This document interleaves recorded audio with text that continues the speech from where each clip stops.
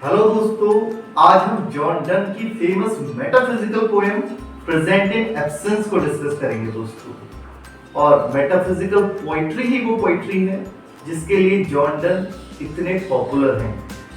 John Donne जिनका जन्म 1572 में लंदन में हुआ था दोस्तों, उनकी पोइट्री को मेटाफिजिकल पोइट्री इसलिए कहा गया क्योंकि उनकी पोइट्री में हमें कॉन्सीट्स देखने को मिलते हैं। और कॉन्सीट्स का अर्थ होता है फार फेच्ड इमेजेस और फार फेच्ड एग्जाम्पल्स।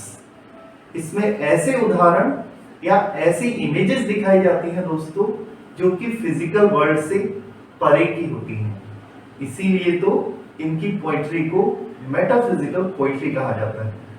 और ड्राइडन वो व्यक्ति थे जिन्होंने कहा था कि डन अफेक्ट्स मेटाफिजिक्स, और सैमुअल जॉनसन ने उसी बात को आगे बढ़ाते हुए जॉन डन और इनके जैसे कुछ और पोइट्स को मेटाफिजिकल पोइट्स का नाम दे दिया था। और टी.एस. एलियट वो राइटर थे जिन्होंने मॉडर्न एज में लोगों का इंटरेस्ट मेटाफिजिकल पोइट्री में जगाने का काम किया। उन्होंने जॉन डन की पोएम्स को एप्रिसिएट किया और ऐसे ही एक पोएम प्रेजेंट इन एब्सेंस आज हम डिस्कस करने जा रहे हैं दोस्तों। So without further delay, let's begin our today's poem. Here begins our today's poem, Present in Absence. ये एक मेटाफिजिकल पोएम है दोस्तों, जिसमें हमें 6 लाइंस के 4 स्टैंजास देखने को मिलते हैं। और ऐसा माना जाता है कि ये पोएम जैकोबियन एज के महान पोइट जॉन डन ने तब लिखी थी जब वो अपनी बिलवेड वाइफ एनी मोर से दूर थे और उन्हें अपनी कल्पनाओं में महसूस कर रहे थे। This is the first stanza of this beautiful poem. Absence, hear thou my protestation against thy strength, distance and length.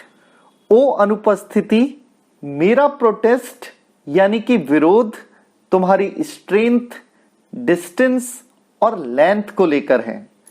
Strength means वो शक्ति जिसका प्रयोग तुम ट्रू लवर्स के बीच में करती हो और उनके प्रेम को समाप्त करने का प्रयास करती हो।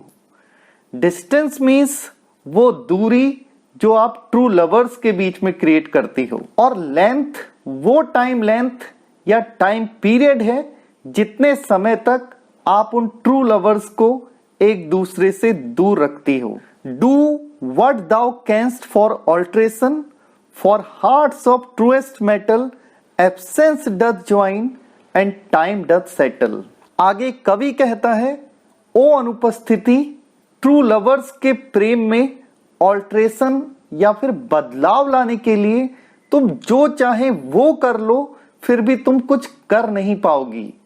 सच्चे प्रेम से जुड़े हुए हृदयों के लिए तो अनुपस्थिति भी जोड़ने का काम करती है और समय मामले को बिगाड़ता नहीं बल्कि सुलझा देता है। Here comes second stanza. Who loves a mistress of such quality, his mind hath found affection's ground beyond time, place and all mortality. जिस व्यक्ति की प्रेमिका ऐसी स्पिरिचुअल क्वालिटी वाली होती है, उसका दिमाग अपनी बिलवेड के लिए प्रेम और स्नेह का ग्राउंड कहीं भी बना लेता है। एक ऐसा ग्राउंड जो भौतिक समय, स्थान और सारी नश्वरताओं से परे होता है। अर्थात इन चीजों का सच्चे प्रेमियों के प्रेम पर कोई भी प्रभाव नहीं पड़ता है। Two hearts that can not vary, absence is present, time doth tarry. ऐसे सच्चे हृदय जो समय के साथ नहीं बदलते, इनके लिए तो अनुपस्थिति भी उपस्थिति बन जाती है और समय ठहर जाता है। आइए अब स्टैंजा नंबर 3 पर आ जाते हैं। My senses want their outward motion, which now within reason doth win, redoubled by her secret notion. कवि यहां पर कन्फेस करता है कि कुछ समय के लिए उसके फिजिकल सेंसेस आउटवर्ड मोशन करना चाहते हैं, अर्थात वो अपनी बिलवेड से फिजिकली मिलना चाहता है, लेकिन कुछ समय बाद उन्हें वो अपने माइंड के अंदर ही कंट्रोल कर लेता है और आखिरकार रीजन यानी कि तर्क की ही विजय होती है। अब कवि अपनी बिलवेड का सीक्रेट नोशन फील करता है, उसकी प्रेमिका उसके माइंड में चली आती है। बिलवेड का ये सीक्रेट नोशन उसके प्रेम को दोगुना कर देता है, अर्थात फिजिकल लव में जो उसे आनंद प्राप्त होता, अब उसे उस आनंद से कई गुने आनंद की अनुभूति हो रही है। Like rich man that take pleasure in hiding more than handling treasure. अब कोई ट्रू लवर्स की तुलना उन अमीर इंसानों से करता है जो अपने खजाने को बाहर लेकर घूमने की बजाय छिपाकर रखने में ज्यादा आनंदित होते हैं, ताकि आउटसाइडर कहीं उनके खजाने को चुरा ना लें।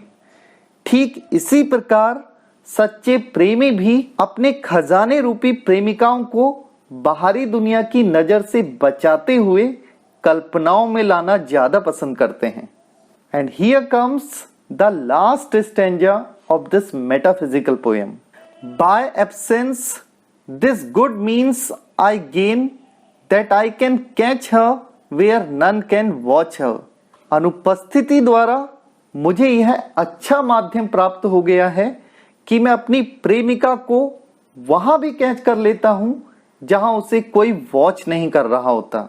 इन some close corner of my brain there I embrace and kiss her and so enjoy her and none miss her. दिमाग के किसी क्लोज कॉर्नर में वो चली आती है, वहां मैं उसे एम्ब्रेस करता हूं, किस करता हूं, अर्थात लव मेकिंग इमेजिनेशंस में ही हो जाती है। मैं उसे एंजॉय भी कर लेता हूं और कोई भी उसे मिस नहीं करता, क्योंकि फिजिकली वो उसी स्थान पर मौजूद रहती है जहां पर वो थी। इसीलिए आसपास के लोग उसे मिस भी नहीं करते और वो मेरे पास चली आती है।